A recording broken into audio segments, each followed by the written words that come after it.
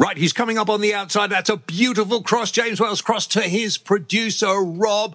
And now coming right down through the middle, James Whale also in goal here. There's a shot from one James Whale right into the goalie. The goalie saved it, sent it back out into the centre spot. And hold on, there's a foul. There's a foul. Rob has just come up, kicked James in the shins, and he's over. Now, let's see what's going to happen here. This must be a red card, surely. It is a red card. Ladies and gentlemen, a red card for the James Whale Radio Show.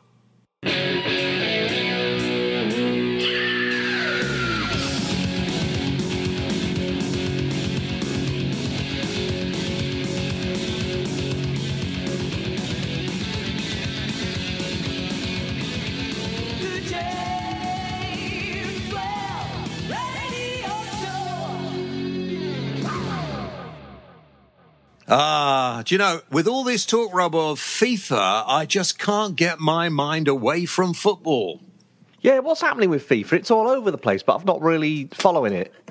Well, why don't you? Well, half of FIFA were arrested in Switzerland, and they've been charged with all sorts of things. Seb Splatter refuses to stand down. Mind you, we're recording this show on Thursday. Maybe if you're listening to it the week after, he might have gone. Who knows? He might have gone. But fascinating, interesting things afoot for the world of football. But it's not a red card for this program. No, ladies and gentlemen, this is the James Whale Radio Show. Should we play the jingle again? I rather like it. No, we haven't got time. Yeah, we have. Do you want me to play it? Let's just play it. Okay. Yeah, let's just play it again. James Whale Radio Show. Ah, that's better. I do love it when you play that. It really is nice. So anyway, here we are again. Thank you for joining us on this auspicious day. Why is it auspicious? I don't know. You're just making stuff up today. I know. I'm in that sort of mood. I'm in that kind of mood. It's an auspicious day. I'm tearing my script up. What? Well, you're making stuff up. I'm tearing the script up. That's it. Yeah. Well, I thought actually I'm going to do the same. Let's just talk about anything we want. Okay. Yeah. Let's just talk about anything and the price of chicken. No, let's not talk about chicken because most of it's got, was it Campylobacter bacteria or something? 73% of chickens have got this bacteria that if you actually ingest it, it'll give you the worst food poisoning you've ever had. How do you know which chickens haven't got it in? Well, just take it as read. Most of them have got it.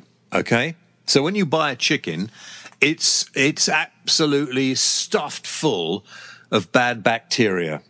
So you buy your chicken, you're going to get ill. So you have to decide whether you want to be ill. No. Now, firstly, most of the bacteria is in the skin, okay? Right. So what do? I eat the skin. You like the skin? Yeah.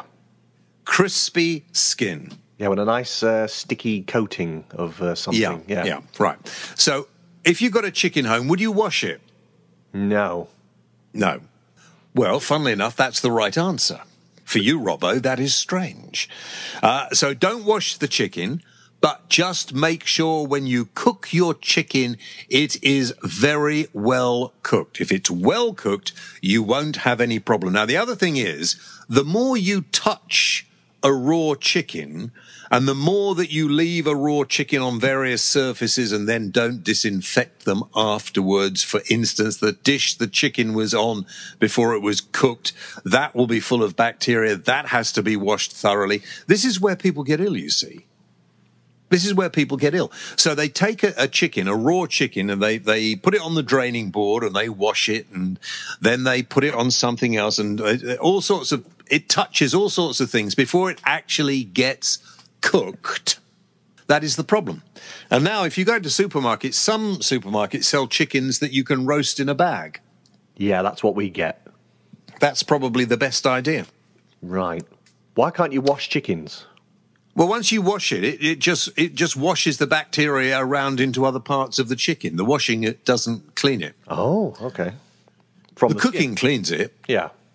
Yeah. You know. And so that's it. But don't worry about it, really. Listen, there's danger in everything we do. I had chicken the other day, and I'm okay. Yeah, I have chicken quite often, and I'm okay. But then I like chicken curried, and that usually kills everything. What, the curry powder is a chicken killer? Well, curry and chili and, spices, that usually does it. But the chicken's got to be cooked. And if you've held the chicken when you were doing something with it before you cooked it, and then your hands touch your mouth, then you could get very ill. Got ya. Wash your hands. Okay? So, it's your hands you can wash, and you have to wash them thoroughly and use probably one of those disinfectant scrubs as well. And then if you've used a couple of forks to lift your chicken up while it was raw and put it somewhere else, make sure they're washed as well. Don't use them for anything else. It's simple. Absolutely simple. Nobody needs to get ill. Well, there we go then. Yeah. So I ought to be the food czar. Really, I think that would be quite a good idea. Anyway, welcome to the program. And if you're a new listener, nice to have you with us. Here we are. Every week you can find us right here, wherever you found us, maybe on a radio station. Maybe just picking us offline, off a Twitter link, on iTunes, Talent GB. Where else are we? YouTube, Audio Boom. Yeah. Oh, quite a few places. Audio Boom. It used to be Audio Boo, didn't it? Yeah, and then they bought enough. They had enough money to buy an M. No, lots of people got frightened. Do you know why? Why? Because if you go up to somebody behind them and go, boo! Yeah. You get frightened too. I see. You didn't think that was very funny, did you? Should we go back to the script? Shall I get the script out of the bin? Hang on. No, I thought it was funny. Right, coming up, talking about scripts. Well, probably not. We'll talk to Ian Royce. You may not have heard of Ian Royce, or Roycey, as he likes to be called. He has been, ever since Xfactor started, he's been the warm-up man. I knew him many years ago when he worked on a radio station that I worked on. And then he decided he would leave Xfactor, Britain's Got Talent. He used to do the warm-up to those big shows and did them almost since they started. And he suddenly said, no, I've had enough. I want to be in front of the camera. I want to have my own career as an entertainer. So we're going to talk to him, see if we can find out some bits and pieces of a scandal from behind the scenes at Britain Got Talent and Xfactor. That's coming up a little later. We've also got some live music on the show today from... the Centon Bombs. Now, I like these guys. I like a bit of heavy metal. But I have been asking, and I haven't had it very... much in the show. I like a bit of reggae. So if you have a reggae band, or if you're know some guys who play reggae and they'd like to be on the show, can you get in touch with us? Just easy. Just email me at jameswhaleradio@gmail.com. All right, that's all you have to do. jameswhaleradio@gmail.com. Get in touch with us for any reason at all there, but particularly if you have a reggae band and you think they'd be good on the show. And here's something else I want to do, which we haven't done before. I have lots of famous people and some not so famous people for guests on this program. How would you like to be a guest on the program? Me? Yes, you. I'm not famous. No, it doesn't matter at all. Anybody who would like to be interviewed, all you've got to do is email me your biography. For instance, I'm Josephine Smith. I'm a school teacher, a bank manager, a gardener, a soldier, a sailor, a candlestick maker, or whatever you do, and maybe we can just do an interview. I always think you never know where it's going to go, do you? You don't know what is going to happen. So if you want to be on the program as a guest, email your biography, and if you have, just make one up. Just make that might be even funnier. jameswhaleradio@gmail.com. Get in touch with us, and we'll try and fix it up. Can we get Josephine on? Josephine who?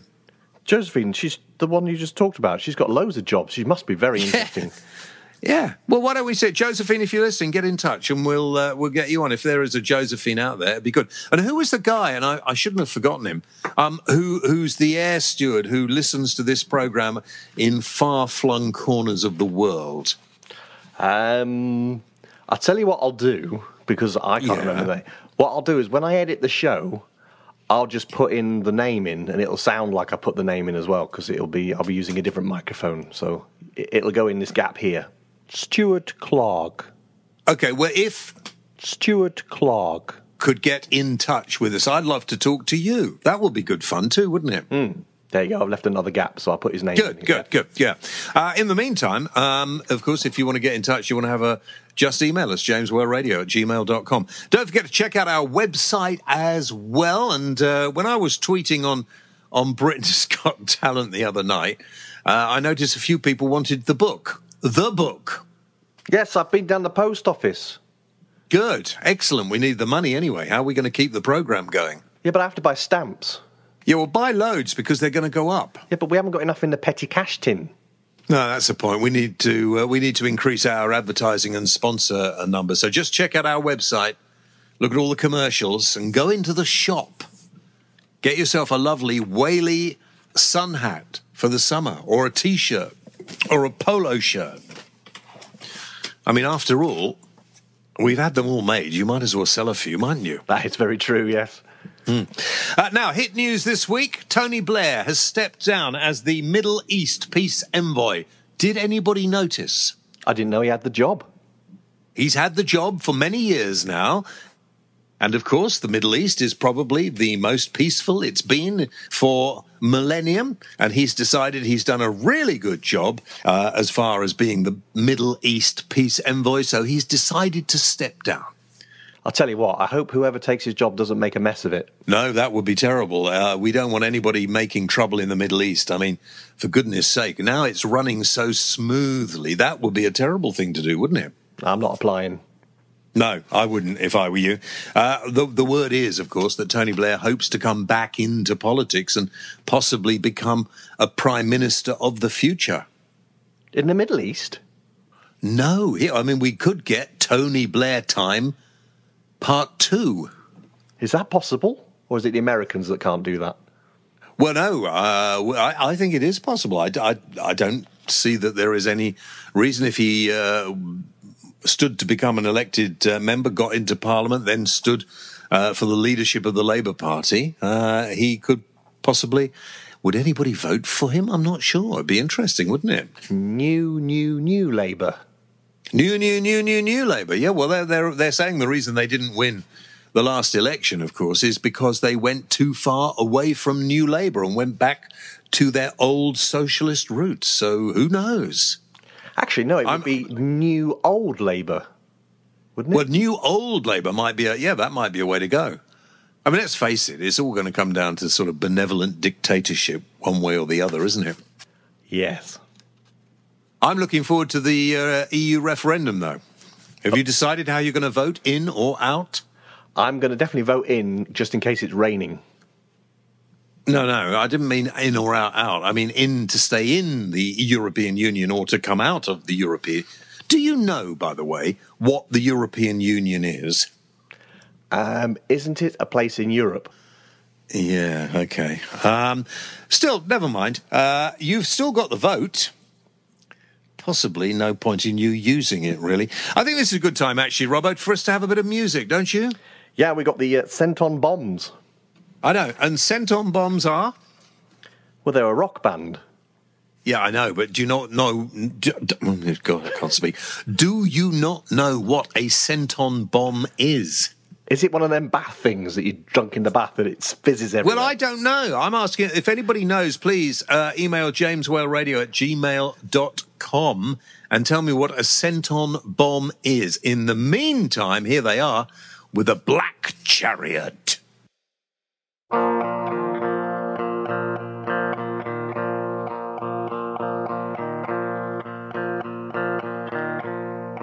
When he entered, they noticed the patrons sat straight. They felt a strange presence carried some weight. He might be a good man in disguise. There might be a bad moon on the rise. With no tobacco, blue smoke through the place. His eyes were not open, an expressionless face.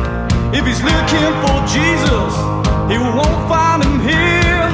If he's looking for chickens, he might strike some fear. Then he took off his hat, showed up his horns, smiled like the wild in the town was gone. Blood turned cold and thunder and clap. He said a road in a town on a black chariot.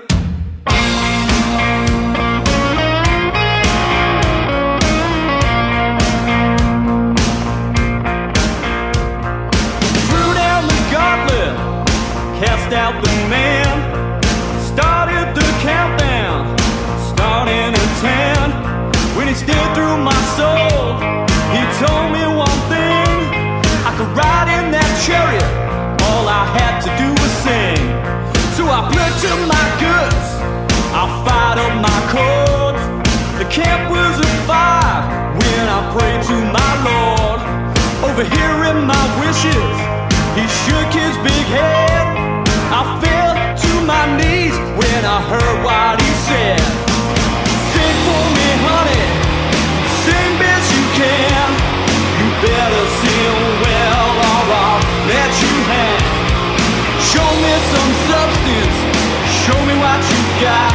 You can ride out of town on my black chariot.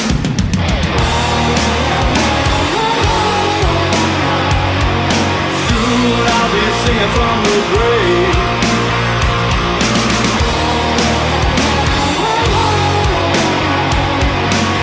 Soon I'll be singing from the grave.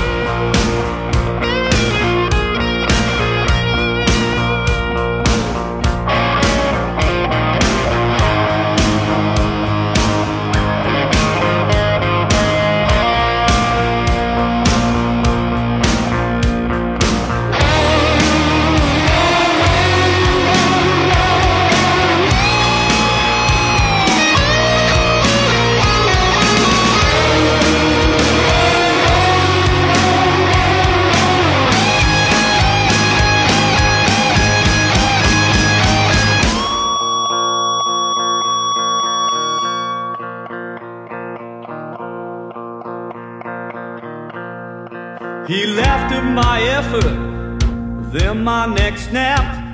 My voice had been tricked, my soul had been trapped. Dragged me out the bar, threw me on the back, and rode out of town on his black chariot, singing. Soon I'll be singing from the grave.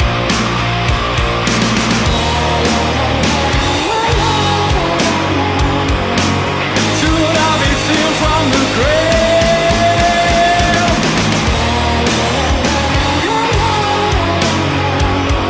Soon I'll be singing from the grave.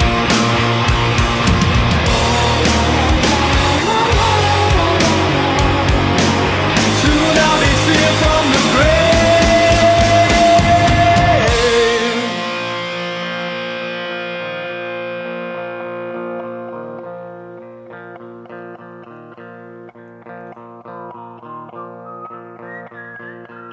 There we are, the Centon bombs and Black Chariot. Still not found out exactly what a Centon bomb is, but hopefully by next time you'll be able to tell me. Thank you very much indeed to them. Like the Black Chariot is from their EP Phantom High, and you can check that out on iTunes. On what? Oh, iTunes. Why did you say eTunes? E-dot. Oh, right. On iTunes. Actually, here's the thing we were discussing. I mean, there are other people, apparently, people who do podcast radio shows. Is this a radio show or a podcast? I've always referred to this as a radio show, but apparently in the new parlance, you should talk about it as a podcast. Is that right? Although this goes out on radio stations as well, and it goes out online. What is the difference? I'd call this show a hybrid. A hybrid. A podcast radio show. So what would that be? A pod show? Yeah, but the word radio is not in it.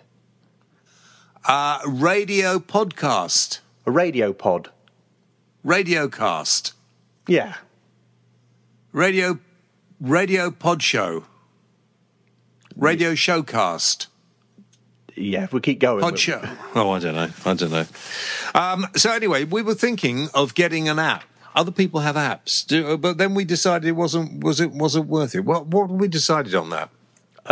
We are working on the app. I thought you just bought one. You can't just buy an app. You can't just walk into Tesco. Other supermarkets are available, but they're not as good. You can't just walk into a superstore and say, "Yeah, I can have an app, please." I thought you could get an app for anything. Well, you can, but you have to make it. If I go into the App Store on my super duper iPhone 7. Yeah. iPhone 7, okay. Well, that's one mention. Okay. How many do I have to do to get a free one? 9 more. Right, carry on. Okay, so if I go into the App Store on my iPhone 7, then I can just get an app. Yeah, you literally walk into the App Store and you say, "Hi, I'd like an app for the James Well Radio Show." Click buy and it's done. Yeah, that's how it works. Is it? Yeah. Well, why can't we do that? We haven't got 99p. No, that's the point. That's the point. Because everybody else has an app. They've got 99p. Yeah. And I mean, what would the benefit of it? I mean, when we tweet out the show, then they just click on the link and listen to it. It's all about push notifications. Do you want me to tell you about push notifications? No, I'm beginning to glaze over already. Okay. Beginning to glaze over. Here's something I was talking about on Facebook this week, which do you know, I'm beginning to get more and more fed up with, and I've spoken about it before. It's the state of our flipping roads. If you go away, say you pop over to France for the weekend, or Germany, or wherever you go. It doesn't matter, wherever you go, and you come back over here, and the first thing you see is bits of old cars strewn along the motorways, plastic bottles full of a yellow liquid, fast food wrappers. You just see dirt that you don't say, "Oh, it's the fault of all the takeaway restaurants." They have takeaway restaurants in every other country. People do not throw their litter away in other countries. Why are we so scummy over here? What is it about the Brits that makes us so repulsively dirty? Can anybody tell me? I've got one idea. Go on. You know when you were a kid and your parents say, "Go find a bin"? Yeah. I think that's the problem. There aren't any bins. Well, yes, and we got rid of all the bins because of the troubles with Northern Ireland, because, terrorists put their bombs in bins. But, as soon as we took the bins away, terrorists find somewhere else to put their bombs. So could we just have some more bins back? But I think a lot of it is to do with... I was driving down the A12 in Essex the other day.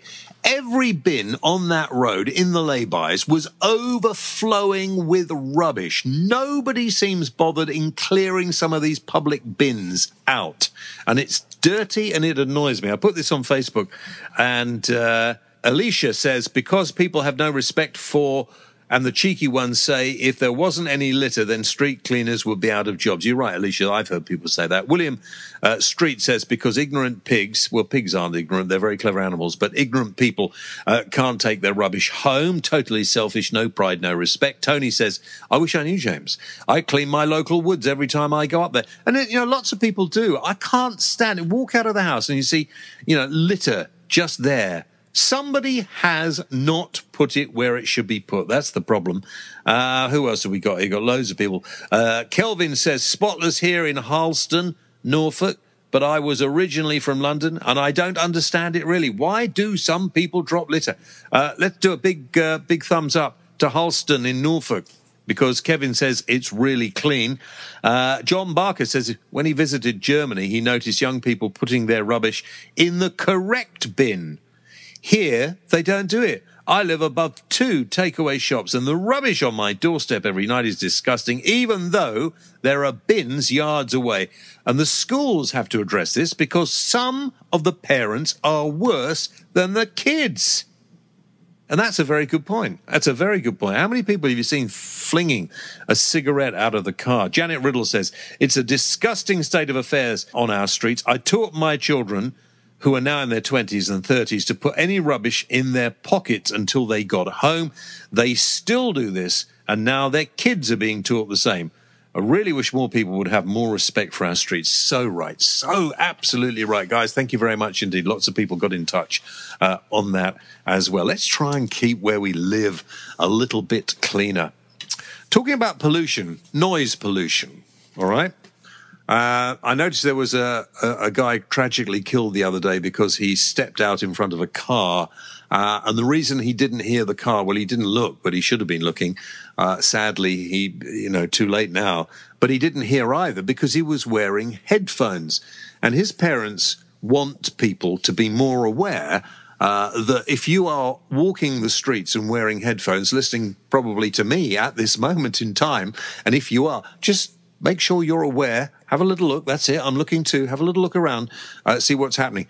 Bit dangerous to actually be doing something like walking or cycling whilst you have got your ears impaired. And some people say, well, what about driving a car? What about having a radio on in a car? Yeah, I agree. But, if you cycle into a car, the chances are you won't hurt the car driver that much and you possibly could kill yourself. Same with pedestrians. It's a very busy, dangerous place out there at the moment, full of little metal shells zonking around all over the place. You've got to be careful.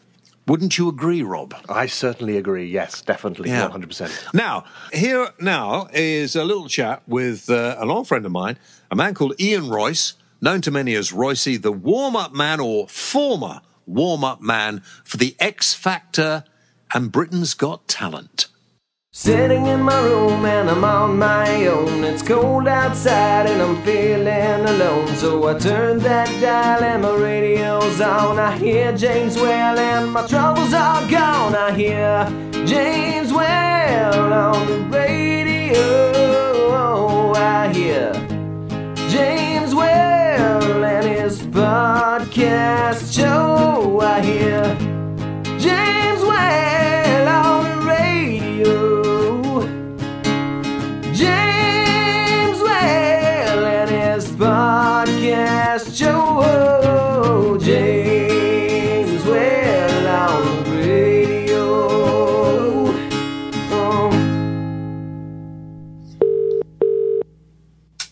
Hey Rob, how you doing? Not too bad. I'm going to put you through to James now. Roycey! James, how are you, mate? Yeah, good. How are you? Yeah, I'm really well, thank you very much indeed. Long time no speak, buddy. Yeah, I'm trying to think the last time. We'll go straight into this chat. You have no problem with that, No, do you? absolutely not. No. Good. The first time we met was when you were doing overnights on Talk Radio, wasn't it? That's correct, and you were very kind to me, because I used to go on after you, and I remember, I was only very young and quite naive, and you were very kind, James, very kind. That must have been something wrong. I must have been eating the wrong food in those days. I think your wife took a shine to me, and she told you. I think that's what it was. Yeah, she takes a shine to everybody. Don't worry about that, mate. Now, listen, let's get into this. So, last time I saw you, I think you were hanging with an old buddy of mine called Ian Collins. You were mates with Ian for a while, weren't you? Yes, indeed, yeah. And then you kind of dropped out and joined the police force. Yeah, I did. I was doing warm up and at the time, and I was getting a bit disillusioned with it, to be honest with you. So I'd always wanted to join the police force, and this was I joined up just before when the Xfactor auditions were happening in the summer, and came out of training, and then I remember getting a call from the Xfactor saying Simon wants you back. So I ended up in the police force. You can do two jobs. So I ended up being a policeman and also doing warm up at the same time. So I was doubling up, which made for fun. Because I remember one night you came in your uniform, which upset my then producer called Ash, for one reason or another that we won't go into. But he got really quite freaked out about you coming in. It's quite funny, you know. I actually went into Simon Cowell's dressing room once in uniform, in full motorcycle outfit, which freaked him out. I think it freaked everyone out, to be honest with you. Didn't you have a go at, or maybe you still do, stand-up? Yeah, I mean, I started in show business 26 years ago doing stand-up back in the day. And actually, funny enough, on a talent show called Stairway to the Stars in Torquay when I was a Blue Coat. And I entered that and I won my heat. And then, quite tragically, sadly, my brother died right in the middle of it, and then went back down to the final. Obviously, didn't perform that well. But the judge was Nina Mishkov, and if you can remember that name, and Nina absolutely ripped into me at a million miles an hour. But luckily, Bobby Davro was on the panel as well, and he kind of supported me. So that was my first taste of stand-up, and that was 26 odd years ago now. Now, let's talk about your warm-up, because you've become a bit of a cult warm-up hero until recently, haven't you? So that were you under the personal, it sounds rude really, doesn't it? Were you under the impersonal employ of Simon Cowell? No, not at all. I was employed by Thames Television by Richard Holloway. Richard would employ me along with that company, which obviously did Xfactor and Britain's Got Talent. However, Simon always requested, it went past request. It was always like I was going to be there. So, yeah, since day one of Xfactor and day one of Britain's Got Talent, as well as Piers Morgan's Life Stories as well. So, yeah, it's been an amazing journey on warm-up. And the stories and the people I've worked with, I could drop more names than dollars of FIFA right now. It's been an epic journey. People have this view, don't they, of Simon, and they think he's a really horrible, nasty piece of work. He's not, is he? Let me tell you something about Simon. I mean, I've known Simon now for a number of years. I've seen him off camera and on camera, and he's exactly the same person on as he is off. He's also what many people probably don't see, and if he ever listens to this, which is doubtful, but if he ever does, he'll hate me for saying it, but he's also one of the most generous men that I've ever met as well. He does so many things that are never advertised, are never written about, and never put on camera to help other people, and it's a very humbling thing to watch. Look, he's a hard taskmaster. He's a perfectionist. He likes it right. And that's why he's the most powerful man and well-known man in show business around the world, because he gets it right. But personally, he's a very kind, thoughtful man, very mindful. We did an audition this year, Xfactor this year, and one of the producers had 2 kittens that they wanted to give to somebody. So we announced this during the warm-up, and one of the audience members said, I'll have the kittens. And then Simon just walked over very quietly and said, and I will pay for their food and keep and board for the whole year for you.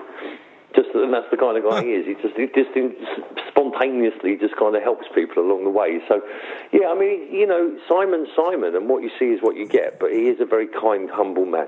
And how much of I mean, I was watching Britain's Got Talent the other night. I must admit there were some pretty naff acts on there in the episode I watched. I wanted a young lady called Ella to win, and I think she was 3rd from bottom, and I thought she was really good. And I thought there are loads of people who seem to get quite often lost on these talent shows. Does Simon ever give them any encouragement to come back or to try again or not to give up? Yeah, I mean, I think, Simon talks to the acts, obviously, probably more so on Xfactor than he does Britain's Got Talent, because they're personally mentoring the acts. So I think on Britain's Got Talent, the thing is, James, if you enter a talent competition, you know before you enter it that you could quite possibly not win. You could quite possibly not even make it to the live finals. And if you do make it to the live semi-finals, you quite possibly could come last. And I think everybody's aware of that before they enter the competition. So I think, I think a lot of acts can go away, reassess, and come back again and have another go. There's lots of opportunities. There are lots of children, of course, who take part in these shows. Do they get counselling? Do they get, the fact they're going to stand up there and maybe told that they're not really very good? Do they get any help for that? Yeah, the show has I don't know what the right word is, a psychotherapist or a therapist on hand on the show whenever we're doing the auditions in the live shows, and they're treated very, very carefully, and I know Simon and the whole show and the whole production team are very careful about how we deal with people's emotions, because, children they do take stuff hard. To be fair, James, most adults in show business, let's be fair, but it can affect children in the long run. So, yeah, the show takes very good care of them, very good care, and I've seen that firsthand as well. And what is the relationship like between the judges? Because we get this idea that they are all a little bit wary of Simon. He is the boss. He says what goes. In fact, this year, watching Britain's Got Talent, Simon complained quite a lot about the sets and the production that some of the acts were given. And I was thinking to myself, Well, I wonder who's going to get the sack after this. Yeah, I mean, listen, I've never known anybody, Simon, sack anyone because something's not been right, what Simon will do. And let me tell you something now, I've warmed up an audience and it's not been great, and you just need one look. It's just the Simon Cowell look. And when you get that look, what you tend to do is work harder, and that's why the shows have been so successful. I think sometimes it's right and sometimes it's wrong. It's live television. Sometimes it doesn't go right and sometimes it doesn't look great. And that's why he's the perfectionist he is, and that's why the team, specifically on Britain's Got Talent and Xfactor, work relentlessly to get it right for him. And I think that's why they're the two top shows on British television, for that very reason. Let's talk about the skill of being a warm-up man, because it's something that lots of people will have heard of, and many people have no idea what the warm-up man is. And it's a slightly rude analogy, but for people who watch those adult movies, it's a bit like being a fluffer, isn't it? As I had that put on my pass once. It is. I've still got the pass. It's got Ian Royce, Xfactor fluffer. The great thing with Britain's Got Talent and Xfactor is, and I revert to Simon again, Simon takes his audiences very, very seriously, and I think warm-ups changed immeasurably over the years, because after all, the audience that are watching the shows when we do Xfactor and Britain's Got Talent in the theatres are a cross-section of the audience that are basically going to be sat watching at home. So the reaction that comes from that audience and how they're prepared and warmed up is indeed what Simon and the producers of the show, I'm sure, feel is what the reaction will be at home. So it's vitally important that they get it right. And Simon, I know for a fact, takes that very, very seriously. So it's an odd job. It's sometimes difficult. You can be, with Britain's Got Talent and Xfactor, you're on a lot. After every act, you're back up on stage again. So it's a lot of material. It's getting an audience to like you. Once they like you, they'll kind of do anything for you. And it's an amazing experience. Not only are you warming up these amazing people who are fans of our show and very loyal to it, you get to watch all the acts from day one as well, like One Direction, Ollie Murs, Little Mix. The list goes on and on. So you get to see all those people coming on stage who you've never heard of, and then, One Direction is the prime example. These guys walked on stage, no one's ever heard of them. You kind of see them, you think, yeah, you're quite good, and then the next thing you know, they're worldwide superstars. It's been a really interesting experience. And Simon you can often see, I always think, you can see pound signs coming out of Simon's eyes when he sees certain people on stage. I see that, because I don't think Simon's particularly driven by money anymore. I think, the guy's, obviously, as we all know, a very wealthy guy. I think Simon sees true talent. And he thinks, and I don't know Simon well, I don't speak for him, but I think the drive is the success. I think that's where the drive is, and I think, when you see groups like One Direction and Little Mix, Fifth Harmony at the moment, and when you see those acts coming through, Little Mix went and did America. Ollie Murs is doing America, and they've broken the biggest barrier of them all, and that's to own the United States of America, and that's no easy task in the music industry. So I think that's what that's about. Because Simon is as big a name in America as he is over here, isn't he? Oh, yeah. I think it's around the world, actually. Simon's, the Britain's Got Talent is in every single country in the world. In fact, Piers Morgan was interviewing him at MIP, and Piers pointed out to Simon that the only country that Britain's Got Talent wasn't in was Mongolia. And within 4 weeks, Mongolia Has Got Talent was being produced for the country. So, the guy has a show on in every single country in the world. I don't know any other show that does that. So when you're up on stage between acts, it's not you're not really doing a stand-up. Warm-up artists back in the day used to be comedians, but I know from when I've done my own television shows, and I like to do the warm-up myself, if you can do it before the show, it's completely different. What you really need to do is take the audience by the hand and explain exactly what's going on, and how being in the audience of a television program is actually completely different to being in the audience watching a movie or watching a play.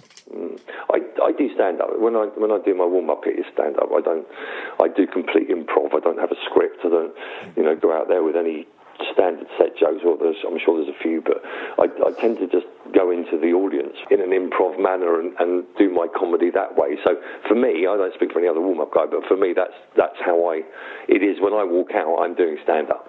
Presumably you don't want to be seen to be competing with any of the acts, though, do you? No, I don't ever put myself or judge myself by any other act anyway. And to be honest with you, there's been very little comedians ever gone on Britain's Got Talent. It's been very rare to get a comic to come on Britain's Got Talent, and so the rest of the Xfactor's all singers, so there's no competition whatsoever. So it's nice, especially on the Xfactor as a comedian, because you've got sometimes 7,000, 6,000 people in front of you, and you're doing stand-up to that amount of people, which is the oddest thing about warm-up, you see, because you're entertaining 6,000 or 7,000 people and getting massive laughs and, enjoying yourself, but you're still the warm-up guy. And I think that's probably one of the hardest things about being the warm-up. You're always the bridesmaid, never the bride. Is that why you've stopped doing it now? Yeah, I mean, I made a decision that, I want to get in front of camera. I mean, I lie about that and no bones about that, and it's something I've wanted to do my whole life. So, sometimes you have to be seen as something different, and you have to step back from something you love very much to be able to be seen as not just the warm-up guy. So, yeah, that's kind of why I've stepped away a little bit. When you say did you say you can't see yourself in front of the camera, or you can? Oh no, I can't. Definitely, I wouldn't have stepped away. No, definitely, I wouldn't have stepped away if I didn't think I could. So I've completely stepped out of a comfort zone, which as I tend to do. I tend to do things a little bit improv and didn't really have a plan afterwards, and it's quite an uncomfortable place to be because you're leaving. Ultimately, the 2-3 biggest shows in British television. You're walking away from the prime spot, as it were.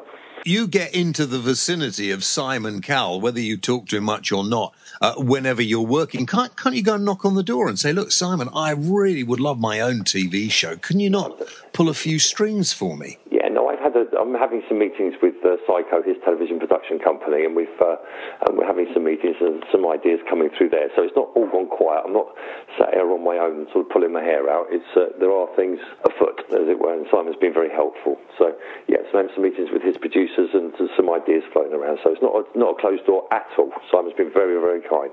And you honestly felt that you couldn't carry on doing the job and trying to sort of launch your own career in front of the camera at the same time? Yeah, no, I hear what you're saying, James, and that's a very interesting point, but I've actually been doing that for the past 2 years, and it kind of wasn't going anywhere, so it's not like I made a decision on Thursday and said I want to be in front of the telly, in front of the camera. It's a decision I made certainly a year, 18 months ago, and I've been pursuing that and doing lots of different things in my personal life to be seen as different, and nothing was really happening, so I had to make a decision. But who knows? Who knows if I go back to the Xfactor or I don't. But as it stands at the moment, I'm not going to be going back. And Simon rang you up and said, look, we can't manage the warm-up people we've got on are no good at all. You've got to come back. That's the conversation. You see, the problem is then, James, and you spend your life as the warm-up guy and not, how can I sit my daughter down and tell her to pursue her dreams when I'm not pursuing mine? And I think, that would be an interesting conversation. It'd be an expensive one for him, but it'd be an interesting one. If you can't do it, I could always fit it in after my radio shows. Absolutely, James. You'd be amazing at the Xfactor. I'd like to see that, actually, you warming up the Xfactor. It's a tough old warm-up, Well, maybe you and I could do it together. What sort of time frame are you going to give yourself for this? Because I know people who've wanted. I've got a friend, right, and I won't mention his name. He's 77 years old. He's played music with some of the best bands in the world. I mean, some of the top bands as a session musician. And he's still not doing much work these days, but he is still working, and he'll ring me every now and then and say, James, I've written a song, I'm going to be number one. Right. And he gave up doing all sorts of things and nearly ended up on the streets because of this wish that he had to actually be a megastar, whereas he was earning a really good living being a session musician, but he never got to be the person he wanted to be. And I used to say for years, I used to say, look, do you not think it's time now just to stop doing that and continue doing what you're doing, which you get really well paid for, and stop thinking about something else? I could never get him to stop. I completely understand. I mean, obviously, look, I'm a dad. I have a daughter, and I take that responsibility very seriously. But here's the thing, James. I've never been driven by money. Money has never been my driving force. My driving force is to have a fame to do more things with it than all my charity stuff I've been doing recently, and to have a bigger audience. Now, there obviously comes a time in your life, I'm 46 now, that happened last week, and there has to be a time, I'm not dumb enough and stupid enough to sit in my flat and go, you know what, I'm just going to keep chasing that dream, but I believe in myself. I absolutely believe in myself, and I believe that I'm worthy of at least a shot, and I hold that true, and that's how I feel today. I believe I'm worthy of that, and I believe I've worked hard and tirelessly to get to that point. So, but obviously, if the time comes, I'm going to have to sit myself down and say it's not going to happen again. And if that is the case, then warm up will go back to. I'm not, I will swallow my pride and accept it as it is. But I think everybody in life deserves a chance. Listen, I hope it really works out for you. I see no reason why it can't. I mean, you've tried. You tried radio. You could pursue more in radio, maybe. Absolutely. Look, I'm having talks with agents at the moment, so it's very difficult to push yourself. So I think once I've got an agent behind me, and then the big push can happen. But it's just all a bit up in the air at the moment. But I'm okay with that. I'm comfortable with that at the moment. Well, you can have a holiday. You can take some time out. You can go and find yourself. I've been bored in 10 minutes. I've actually, interestingly, I've been through a lot in my life over the last 2 years. Have been a very growing time for me as a person, and I'm quite at peace with myself at the moment. So I feel quite in a good place, actually. Just the work isn't great, and it's when you step out of a comfort zone, that's going to happen for a little time, and it's quite uncomfortable. But I'm comfortable with me, and if you're comfortable with yourself, that's a good place to be. Would you play on, you have a certain amount of fame, whether you know it or not, from being the warm-up man on Britain's Got Talent and Xfactor. Lots of people know you. I mean, you've got thousands of followers on Twitter. Would you be averse to using that as a way, and, I don't know, calling yourself Roycey, the warm-up man or something? I don't know. I mean, there's an audience you already have built out there. Absolutely. The problem is with social media, James, and it's quite an interesting thing. Although you have thousands of people on it, and I've tried it a couple of times, where I actually did a gig locally to me and put it out on social media, and I have over 67,000 followers, so there's quite a lot of people there. And 3 people turned up. So I think you can be led in by social media sometimes, that it's actually not quite real. The thing about social media, you're right. Of course, a lot of followers on Twitter and Facebook and everything else, wherever they happen to be, are spread out all over, not only the country, all over the world. Yeah, no, absolutely. I mean, the wonderful thing about social media, I did a bike ride to Paris recently, and I was getting messages from all around the world. I found it the most bizarre thing, that people in America were kind of knowing who you were and what you were doing. I found that quite exciting, and that's what I love about Twitter. I love that anybody from anywhere in the world can know who you are, and you can make them laugh or make a difference to them or say something that they may understand or connect with, and I find that really exciting. Well, there'll be people listening to this program in Qatar, and they're building some big stadiums, and they may not have any use for them in the future. So here's an audience. There is that. It's looking that way at the moment, isn't it? Listen, it's been good to talk. Thank you very much indeed for your time. I wish you all the luck in the world, Ian, as well. Cheers, James. Thank you very much indeed. Well, who knows, right? If I'm back doing the warm-up, it all went. Well, I can't say anything without a swear word in there. It all went pants. Well, it could have gone tits up as well, but you've got to be careful about that. Yeah, if you see me doing the warm-up, my long life dream and challenge of stepping out of the comfort zone went completely tits up. But I'm happy to laugh at myself for that. That's fine.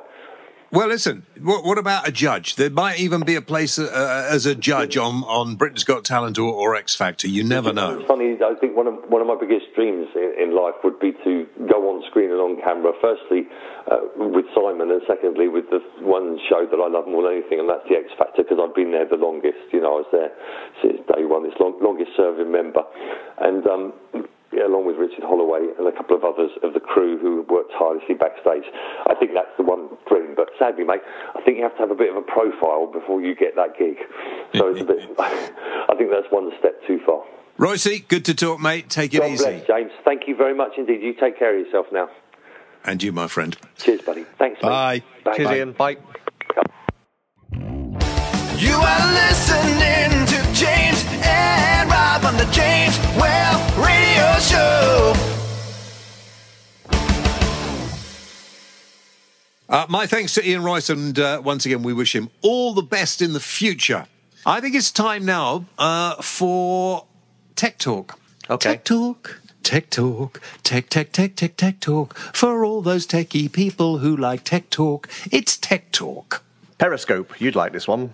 Yeah, I do like Periscope. I like a bit of that. Good news, Periscope people. Android have now adopted Periscope, so that's basically every mobile device, more or less.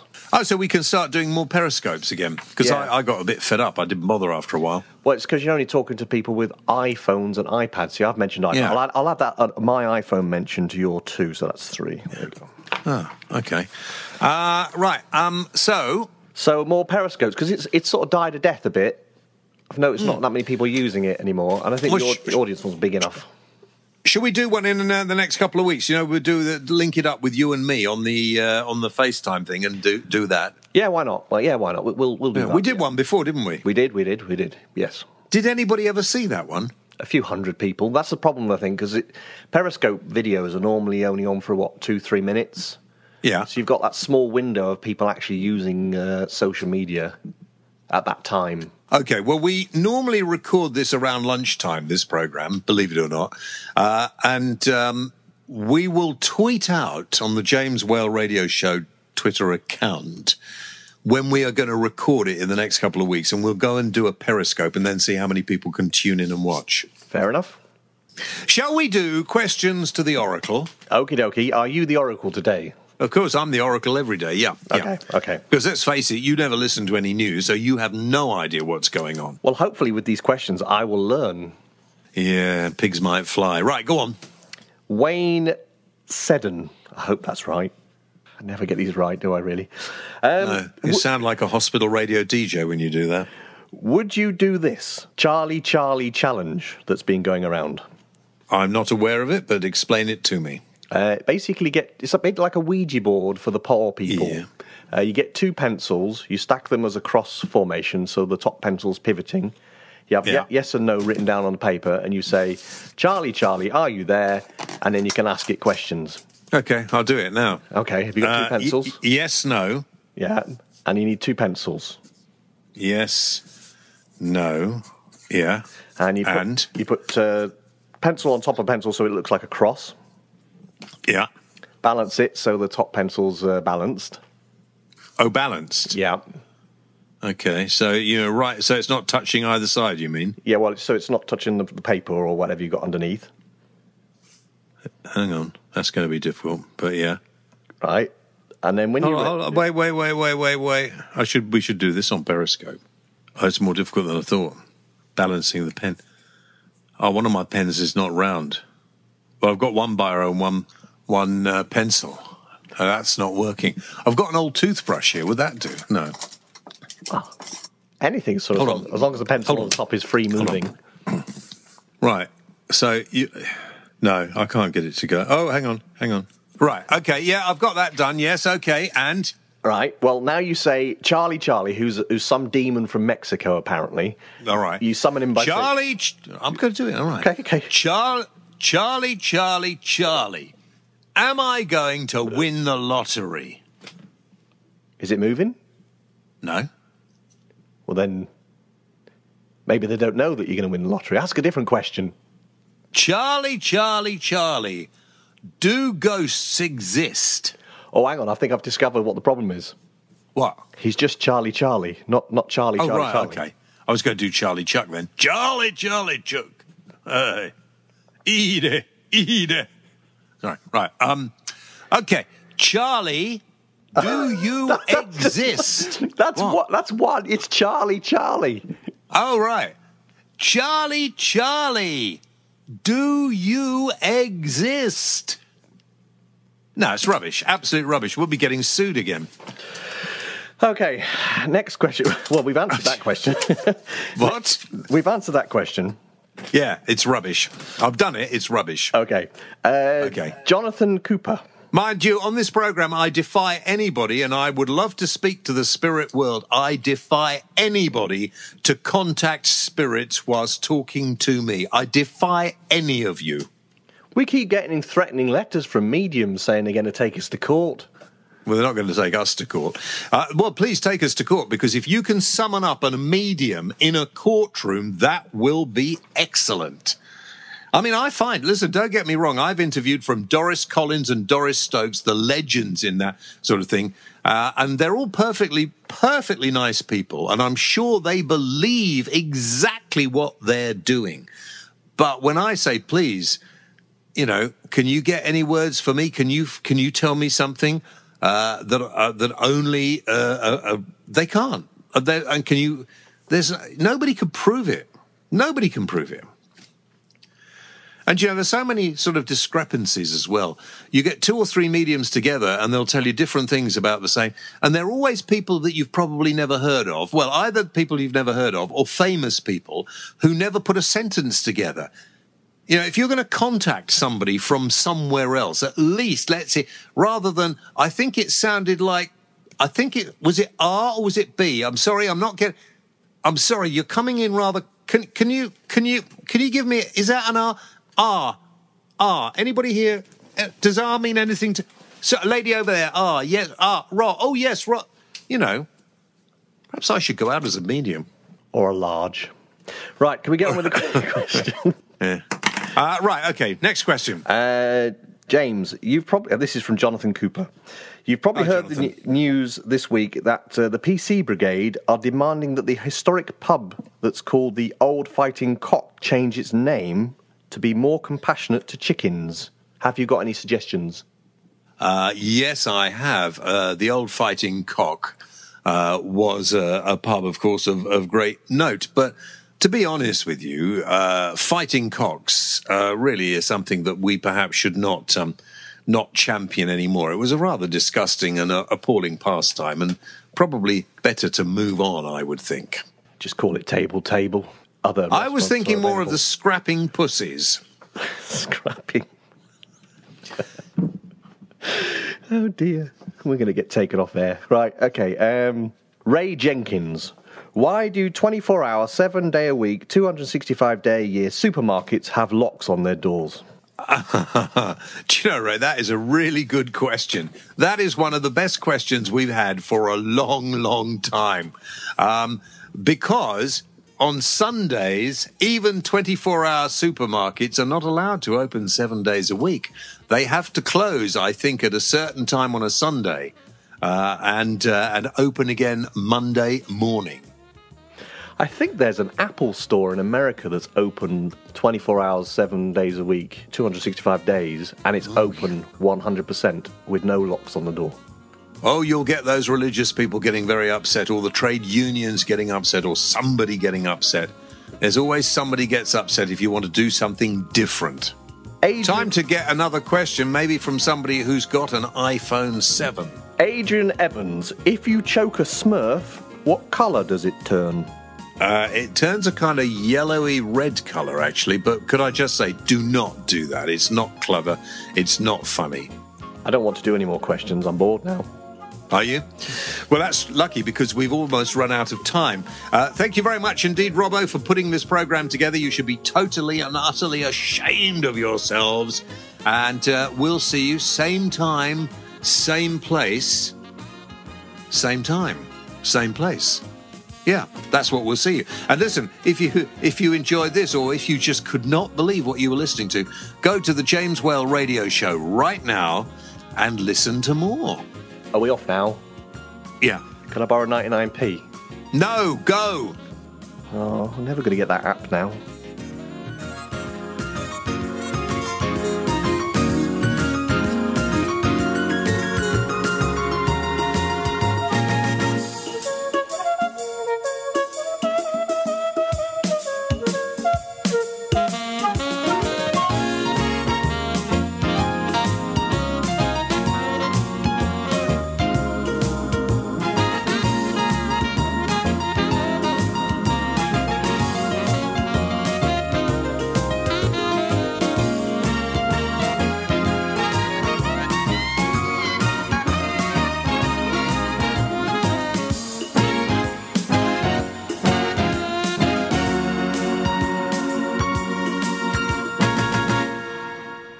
listening to the James Well Radio Show.